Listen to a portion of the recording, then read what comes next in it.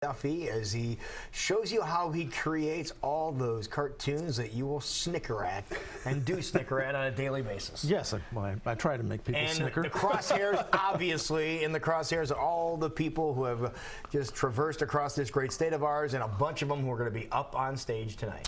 Exactly. There's that big debate. Actually, there's two debates tonight. Right. We have the JV squad playing first, and then we have the varsity playing. Got it. But interesting way of looking at it. Well, that's kind of the way it really has come down to. With 17 people, I don't even know how you're going to do that with a group that they have. 10 of them on a stage. I think they probably get about 10 seconds each to talk, and that's about it. All right. But this time, we're going to look at somebody that had run previously and is known in the state, generally. And this person entered the race later, back in 2007. And funny story about the way that he had entered was that he came in right after, or showed up actually, in Waterloo, Iowa, right after the Ames straw poll. Now, if you remember, in the Ames straw poll back in 2008, well, it's really 2007, there was the hometown favorite of Waterloo, Iowa, that won that contest, even though I think she spent about $1.5 million for it. That was Michelle Bachmann. Oh, okay. Oh, yeah. That's right. So this individual, known as Governor Oops to many people, showed up at a forum. I believe it was the next day, and she was also supposed to speak at that forum. Now, she had just won. Michelle Bachmann had just won the Ames straw poll, and her bus pulls up, notices that his bus is already there, he's already inside. She refuses to come in. No way. Yeah, she refuses to leave the bus.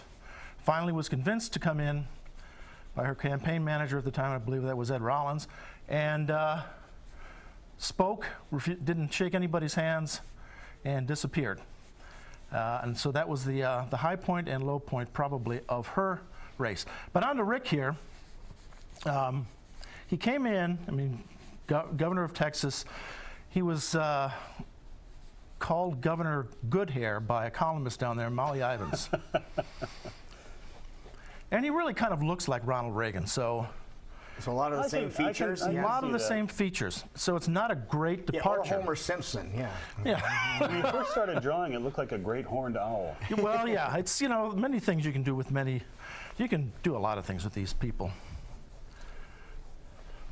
Now, he's part of the happy hour debate. Well, yeah, I mean, he's on the JV squad. Despite trying to make, you know, prolific statements about immigration and the border and things like that, just hasn't made enough. Well, you know, sometimes I think that candidates and, you know, the way this is going to play out, nobody knows, because there are so many candidates that are running. You don't know who's going to be on top or who is going to disappear long before the caucuses come around. So, but in some cases, somebody that has shown to be a vote getter during one election cycle isn't necessarily what everybody is looking for the next one. Yeah, but I think it's still going to be important where if people figure out who won the JV contest. Yeah, it will. Remember that. It will. And in speaking about the debates, I mean, he can easily go after some of the candidates that aren't there, they can't answer him. Yeah. And if they do decide to answer him while he's not on stage for the varsity level one, they are going to be wasting their time answering those types of you know, accusations, you know, charges, whatever, and not being able to say what they want to know, what you know their points of view are.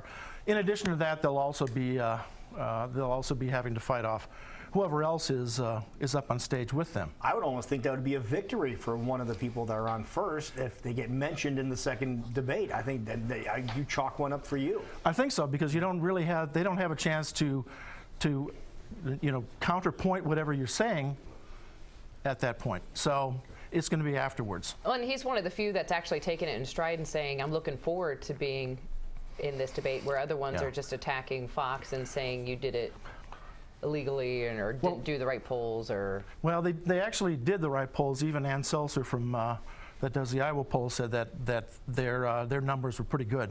But you're going to see him go after people like Scott Walker, because Scott Walker's economic record in Wisconsin is pretty abysmal, and I think you're going to see him go after that pretty heavily. And of course, you put the glasses on, and it looks, IQ increases, I don't know, 10 That's points. what I did. That's crazy that he did that too. So I need a think pair so. of those. Yeah, here.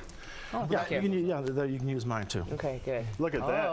All of a Look at sudden, Jackie. So she's here we the have- naughty yeah. librarian. the hot librarian. There you go. Yeah. Yeah, perfect. Well, there you have it. So look later on tonight, look and dare to compare. That's well done. Thank you. That is really cool. Duffy, amazing as always. Thank you right very before much. your very eyes, and that's how he does it. And next week we'll tackle another politician. Hopefully you can join us for that. I want to thank Hamilton Law Firm for helping us out, bringing you here. It's so cool that they're doing that and letting you show everybody your skills. That is amazing. That's cool. It is 9:38. We'll be right back. You're watching